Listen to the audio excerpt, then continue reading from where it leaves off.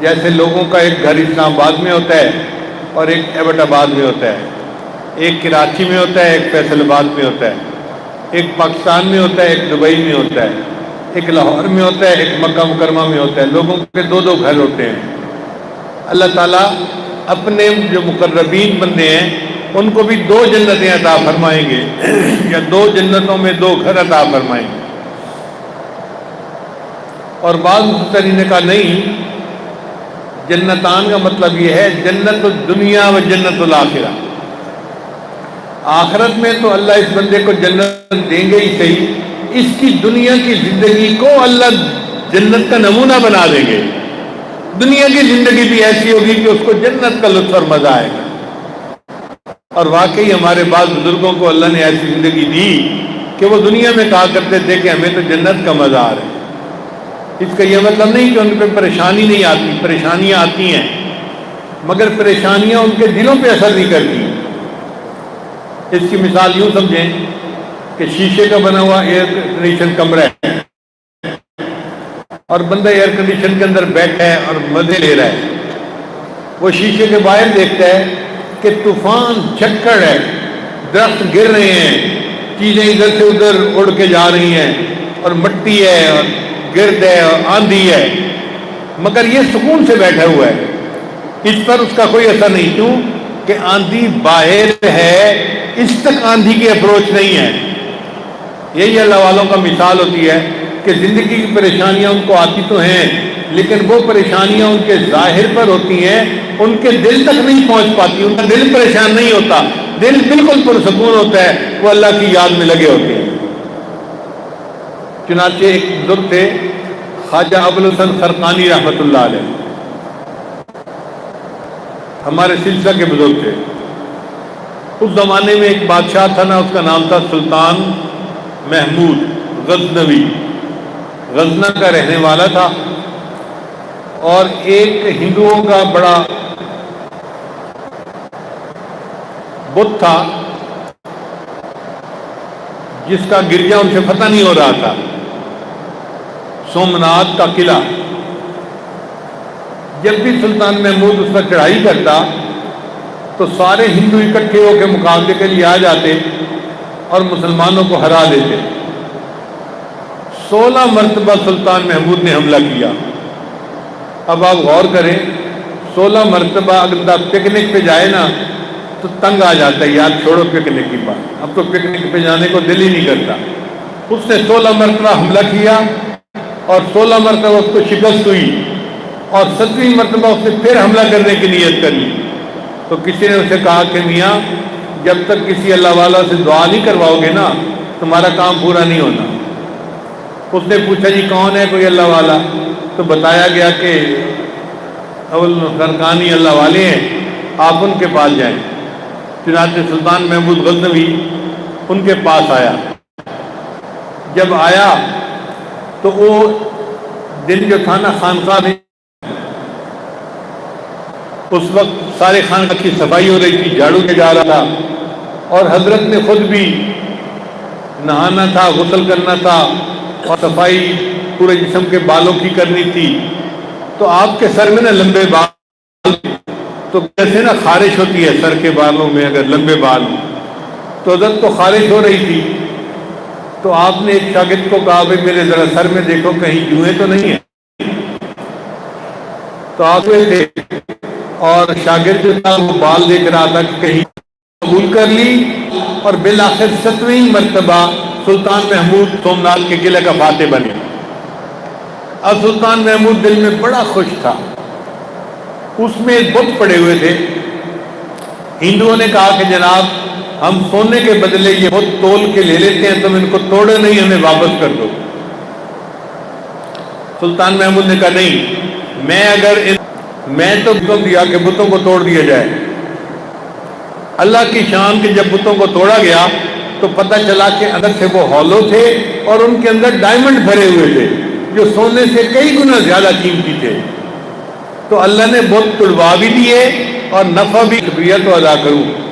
چنانچہ سلطان محمود آیا اور اس نے آ کے حضرت کا بڑا شکریہ ادا کیا اور کہا کہ آپ کے کرتے کے صدقے میں نے دعا کی، میں نے دعا کی تھی اگر اس کرتے والے کا تیرے ہاں کوئی مقام ہے تو مجھے سومناتھ کا فاتح بنا دے۔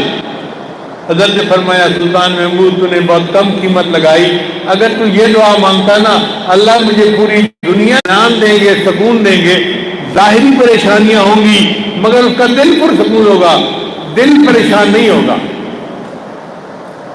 طوفان کر رہا تھا میرے عزم کا طواف، دنیا سمجھ رہی تھی کہ کشتی بھنور میں ہے۔ دنیا والے سمجھتے ہیں کہ کشتی بھنور میں ہے، وہ کشتی بھنور میں نہیں ہوتی، وہ تو طوفان اللہ والوں کا طواف کر رہا ہوتا ہے، وہ پرسکون ہوتے ہیں اس حال میں بھی۔ تو دنیا کی زندگی بھی جنت کا نمونہ بن جاتی ہے۔ پھر ایسے لوگوں کو یہ جو مقربین ہیں اللہ کون سی جنت عطا فرمائیں گے؟ کل ہم نے اس کا بیان پڑھا تھا، آج آخری بیان ہے، اور یہ ہے ان لوگوں کا جو مقرب تو نہیں تھے لیکن بہرحال جنت میں جائیں گے۔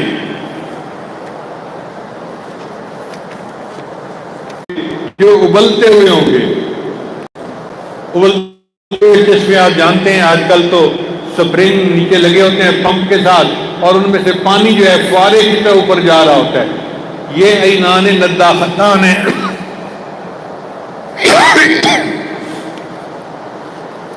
پھر اللہ فرماتے ہیں فیہما فاکہۃ و نخل و رمان، ان کے لیے اس میں میوہ ہوگا اور کھجوریں ہوں گی اور کھانے کے لیے انار ہوں گے۔ فَبِأَيِّ آلَاءِ رَبِّكُمَا تُكَذِّبَانِ خَيْرَاتٌ حِسَانٌ، اس میں عورتیں ہوں گی جو اچھے اخلاق والی ہوں گی اور بہت خوبصورت ہوں گی۔ خیرات کا مطلب اچھے اخلاق والی اور حسان کا مطلب حسن والی۔ فَبِأَيِّ آلَاءِ رَبِّكُمَا تُكَذِّبَانِ، تم اپنے رب کی کون کون سی نعمتوں کو جھٹلاؤ گے۔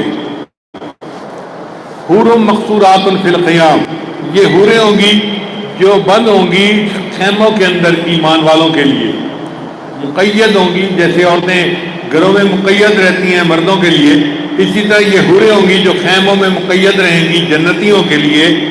فَبِأَيِّ آلَاءِ رَبِّكُمَا تُكَذِّبَانِ، پس تم اپنے رب کی کون کون سی نعمت کو جھٹلاؤ گے۔ لَمْ يَطْمِثْهُنَّ إِنسٌ قَبْلَهُمْ وَلَا جَانٌ، ان کو اس سے پہلے نہ کسی انسان نے چھوا ہوگا نہ کسی جن نے، یعنی جو جن حوریں ہوں گی ان کو کسی جن مرد نے نہیں چھوا ہوگا، جو انسان عورتیں ہوں گی ان کو کسی انسان نے نہیں چھوا ہوگا۔ فَبِأَيِّ آلَاءِ رَبِّكُمَا تُكَذِّبَانِ، تم اپنے رب کی کون کون سی نعمتوں کو جھٹلاؤ۔ مُتَّكِئِينَ عَلَىٰ رَفْرَفٍ خُضْرٍ وَعَبْقَرِيٍّ حِسَانٍ، یہ بیٹھے ہوئے ہوں گے اپنے جگہوں کے اوپر جو سبز ہوں گی اور قیمتی قالین ہوں گے۔ فَبِأَيِّ تَبَارَكَ اسْمُ رَبِّكَ ذِي الْجَلَالِ وَالْإِكْرَامِ، برکت والا ہے نام تیرے رب کا جو جلال والا ہے اور اکرام والا ہے۔ حدیث پاک میں آتا ہے جو بندہ دعا تو ان الفاظ کو سن کے اللہ کو پیار آتا ہے اور اللہ اس بندے کی دعا کو قبول کرتے ہیں۔ یا ذل جلال والاکرام، یا ذل جلال والاکرام، یا ذل جلال والاکرام، یہ دعا مانگنی چاہیے۔ کا تذکرہ ہے، بندے کی جنت میں جنت ہوگی، جنت ہوگی۔ آج کے جہاز میں دو کیٹیگریز ہوتی ہیں، ایک ہوتی ہے پھر بعد میں پتہ ہوتی ہے بزنس کلاس بڑی ہوتی ہے، تو بزنس کلاس اور اکانومی کلاس پوری دنیا کا یہی رسم۔ ریاض سے دبئی کے لیے چلا تو میں نے جہاز کا عجیب حال دیکھا، نیا جہاز تھا ایمریٹ کا، انہوں نے کہا جی ہمارے ہاں یا تو فرسٹ کلاس ہوتی ہے یا بزنس کلاس ہوتی ہے، اکانومی ہوتی ہی نہیں۔ میں نے پوچھا بندے سے کہ کیوں نہیں ہوتی، اس نے کہا جی غریب اس جہاز میں سفر کرتے ہی نہیں، یہ جو کہ سعودی عرب سے دبئی جاتا ہے تو شہزادے اور امیر لوگ سفر کرتے ہیں، اس لیے اکانومی کلاس اس میں بنائی نہیں گئی، تنخواہ اس کی بہت جو ہے نا کاسٹ ہے، امیر بندہ ہی اس میں بیٹھ سکتا ہے۔ تو فرسٹ کلاس تھی اور بزنس کلاس۔ اس دن مجھے بات سمجھ میں آئی کہ اللہ تعالیٰ نے بھی دو طرح کی جنتیں بنائی ہیں، ایک جنت ہے فرسٹ کلاس جنت جو اللہ نے اپنے اولیاء کے لیے بنائی ہے، اور ایک ہے بزنس کلاس جنت جو اللہ نے میرے آپ جیسے گناہگاروں کے لیے بنائی ہوئی ہے۔ مگر ان دونوں جنتوں میں فرق کیا ہوگا، یہ ہے انٹرسٹنگ چیز سمجھنے والی۔ ایک جنت ہے جس کا تذکرہ کل ہم نے پڑھا اور ایک جنت کا تذکرہ ہم نے پڑھا۔ اب آج ان کا تقابلی مطابق یہ ہے کہ زیادہ شاخوں والے زیادہ پھولوں والے، زیادہ پھلوں سے بھرے ہوئے وہ درخت ہوں گے، تو ادھر ذوات افنان کہا۔ پھر فرمایا فبأي آلاء ربكما تكذبان۔ پھر جو اللہ کے مقرب بندوں کی جنت تھی، فرسٹ کلاس جنت، اس کے بارے میں فرمایا فیہما عینان تجریان، اس میں دو چشمے ہوں گے جو چلتے ہوں گے۔ جیسے لوگ نا نہر کے کنارے گھر بنانا پسند کرتے ہیں، تو لگتا ایسے ہے کہ یہ جو ہے وہ ہو سکتا ہے کچی ہو اور ایک قسم پکی ہو، یا ہو سکتا ہے ایک قسم عام ہو اور ایک قسم خاص ہو، کوئی ایسا فلیور جو اللہ کو معلوم ہے، بندوں کو پتہ ہی نہیں ہے، مگر دو طرح کے میوے ہوں گے۔ حدیث پاک میں آتا ہے کہ ایک ہی درخت سے دو جنتی پھل توڑیں گے، اس کو مزہ اور آئے گا، اس کو مزہ اور آئے گا۔